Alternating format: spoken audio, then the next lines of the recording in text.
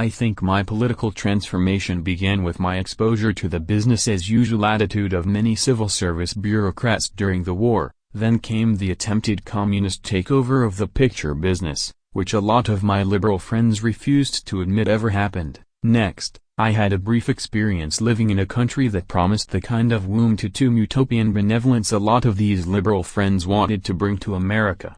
In 1949, I spent 4 months in England filming The Hasty Heart while the Labour Party was in power.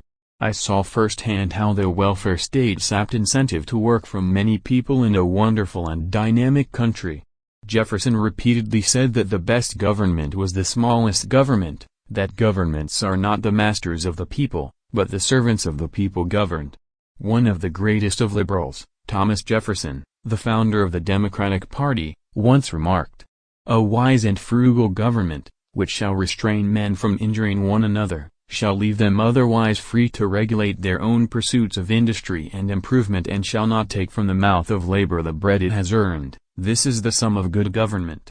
Liberty has never come from government." Woodrow Wilson, one of FDR's predecessors and another Democrat, said, "The history of liberty is the history of limitation of government's power, not the increase of it." Somewhere along the line, the liberal Democrats forgot this and changed their party. It was no longer the party of Thomas Jefferson or Woodrow Wilson. The competitive free enterprise system has given us the greatest standard of living in the world, produced generation after generation of technical wizards who consistently lead the world in invention and innovation, and has provided unlimited opportunities enabling industrious Americans from the most humble of backgrounds to climb to the top of the ladder of success. By 1960, I realized the real enemy wasn't big business. It was big government. It seems to me that America is constantly reinventing what America means. People were tired of wasteful government programs and welfare chiselers. And they were angry about the constant spiral of taxes and government regulations, arrogant bureaucrats, and public officials who thought all of mankind's problems could be solved by throwing the taxpayers' dollars at them. People were growing resentful of bureaucrats whose first mission in life seemed to be protecting their own jobs by keeping expensive programs alive long after their usefulness had expired.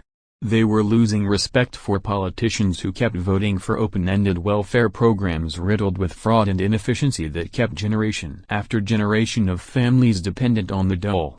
And they were growing mistrustful of the self-appointed intellectual elite back in Washington who claimed to know better than the people of America did how to run their lives, their businesses, and their communities.